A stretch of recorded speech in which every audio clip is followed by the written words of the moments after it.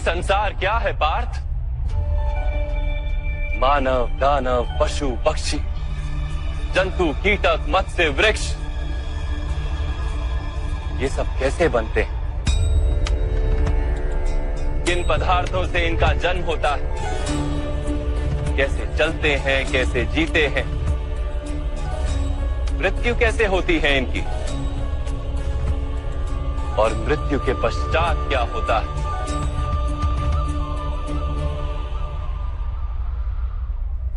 इस रहस्य का विचार करो। मनुष्य की देह मिट्टी से बनी है माधव। जल उसमें रक्त आदि बनकर प्रवाह करता है। अग्नि देह को तापमान देती है और देह में रिक्त स्थानों में आकाश प्रकट होता है। अर्थात धरती, वायु, जल, अग्नि और आकाश, इन पंच महाभूतों से ही शरीर का निर्माण हो। अर्थात महामहिम गुरु द्रोण पृथ्वी, जल, वायु, अग्नि और आकाश से अधिक कुछ भी नहीं। धर्म ज्ञानी भी पंच महाभूत का जोड़ है और अधर्मी भी। तो मोह किसका कर रहे हो पार्थ? मिट्टी का? परंतु माधव, इस मिट्टी के देह से ही तो मनुष्य एक दूसरे का परिचय पाते हैं। सारे संबंध इस मिट्टी के देह से ही तो होते हैं।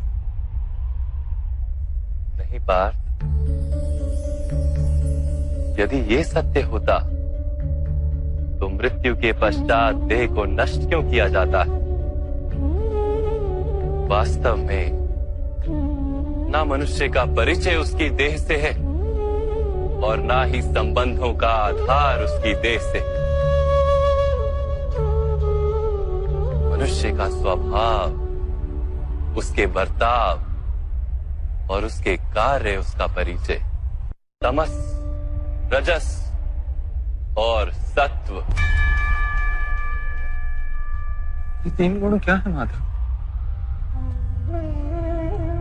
तमस का अर्थ होता है अंधकार। बिना अच्छे बुरे का विचार किए जीवन व्यतीत करने को तामसिक व्यवहार कहा जाता है। जैसे पशु पक्षी जीते हैं केवल अपनी शारीरिक इच्छाओं को पूर्ण करने के लिए। सत्व का अर्थ होता है ज्ञान का प्रकाश।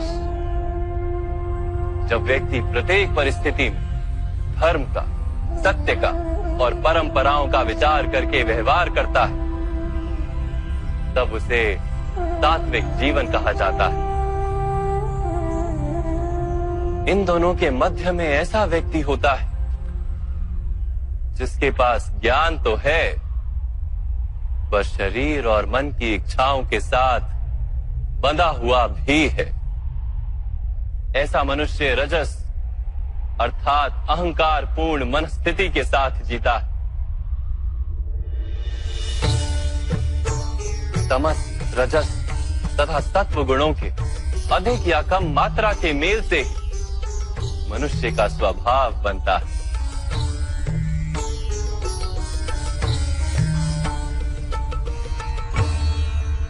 सामने देखो पार्थ, इन सब में तुम्हें कौन से गुण दिखाई देते हैं?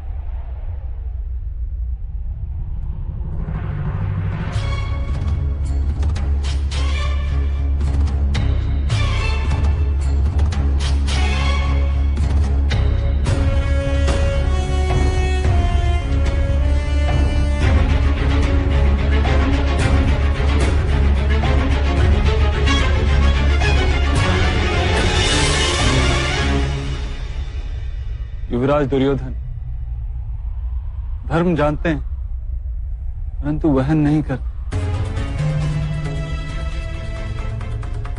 उनके जीवन का केंद्र अहंकार है, अर्थात उनमें तमस कम है, रजस अधिक है और सत्वगुण पूर्णता नहीं।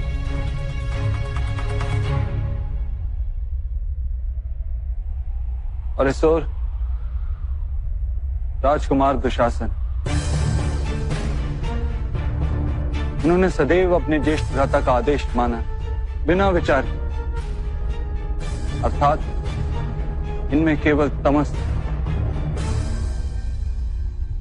महामहिम को भी देखो पार्थ,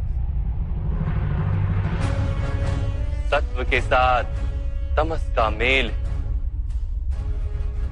अहंकार नहीं, किंतु पुरातन धर्म, पुरानी परंपराओं और प्रण के साथ बंधे, आवश्यकता होने पर भी अपना प्रण नहीं तोड़ सकते।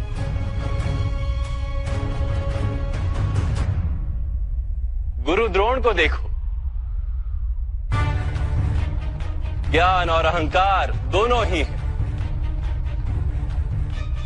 ज्ञान तो मनुष्य को मुक्ति दिलाता है, किंतु इनका अहंकार इन्हें मुक्त नहीं होने देता।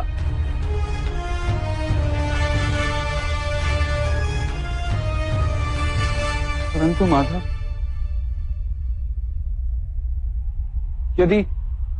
यदि मनुष्य का स्वभाव इन 3 गुणों का मेल है, तो फिर मनुष्य का व्यवहार पहले से ही निश्चित है। ही हिरण को खाएगा ही, और हिरण ही तो भयभीत ही होगा। तो फिर धर्म की प्रशंसा क्यों? अपराध का दंड क्यों?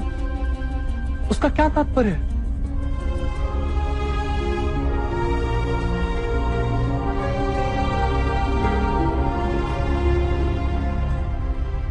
उत्तम प्रश्न है पार्थ, किंतु पहले मनुष्य क्या है ये तो जान लो।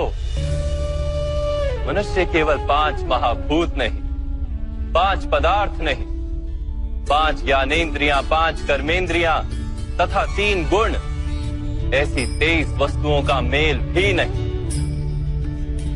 मनुष्य को चलने फिरने तथा कार्य करने हेतु शक्ति की आवश्यकता होती है, और उस शक्ति को चेतना कहते हैं। तो क्या माधव, मनुष्य इसकी चेतना है?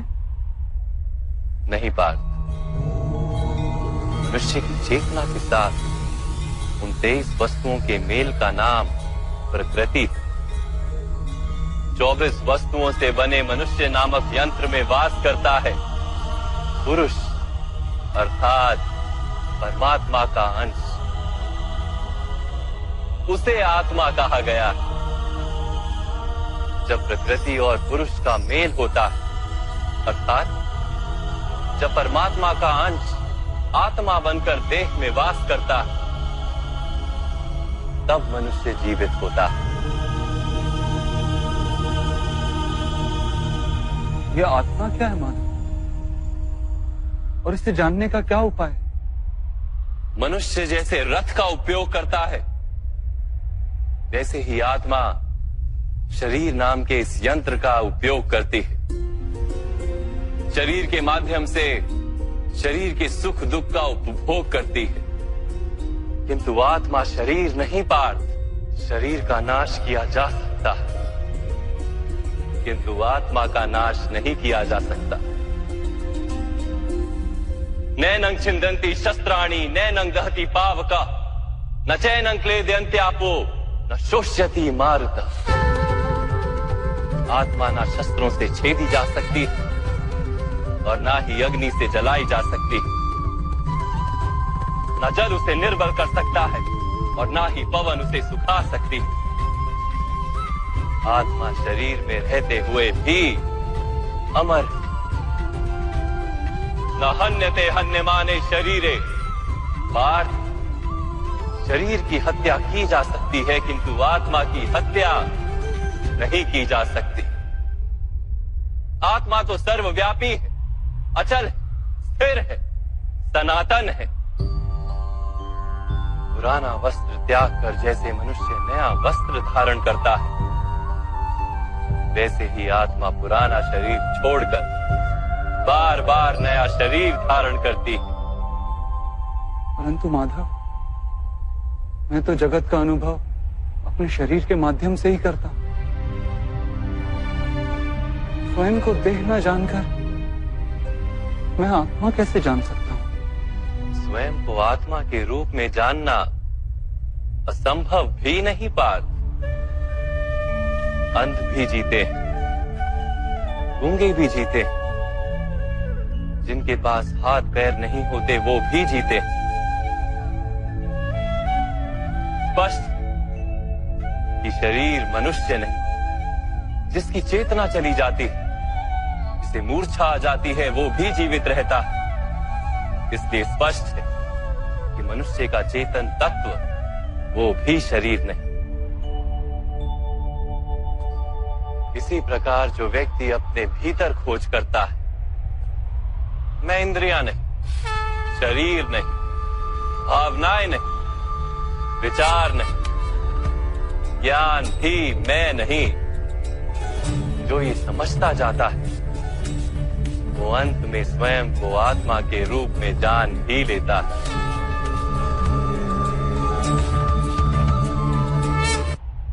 ये आत्मा का क्या कार्य है माधव? जब पर ब्रह्म के भाग हुए, पुरुष तथा प्रकृति बने, तब पुरुष अर्थात परमात्मा के अंश ने आत्मा बनकर प्रकृति की प्रत्येक वस्तु में वास किया। उस आत्मा को मोह तथा अंधकार ने घेर लिया पार। उस मोह निद्रा से जागृत होकर स्वयं को परमात्मा का अंश जानना ही आत्मा का कर्तव्य, उद्देश्य और जीवन कार्य। परंतु माधव, यदि हर आत्मा परमात्मा का अंश है, तो क्या उन्नति और अवगति स्वयं परमात्मा कर रहे? जिस प्रकार कीचड़ में पड़ा रत्न चमकता नहीं, वैसे ही प्रकृति के 24 पदार्थों से घिरी आत्मा को विस्मरण हो जाता है कि वो परमात्मा का अंश है।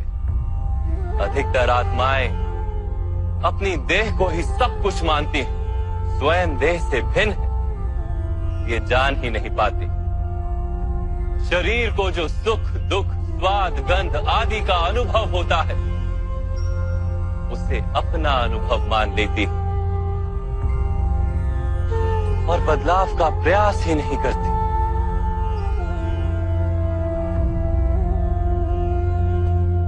जो आत्माएं बदलाव का प्रयत्न नहीं करती,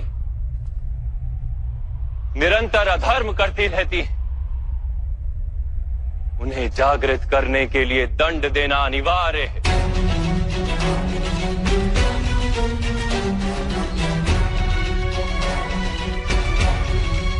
तुम भी ये जान लो पार्थ कि तुम शरीर नहीं, केवल एक आत्मा। इस रणभूमि में दिखाई देने वाला प्रत्येक योद्धा वो नहीं जो तुम उन्हें मानते हो। कुछ समय के लिए इन सब ने शरीर में वास किया, इनके शरीर मरेंगे, किंतु ये सब अमर, वो पुनः नया शरीर धारण करेंगे। जब तक स्वयं को शुद्धात्मा के रूप में जान नहीं लेंगे, जब तक अधर्म का त्याग करके धर्म में दृढ़ नहीं होंगे, तब तक ये जन्म लेते और मरते रहेंगे। यही ब्रह्म विद्या का प्रथम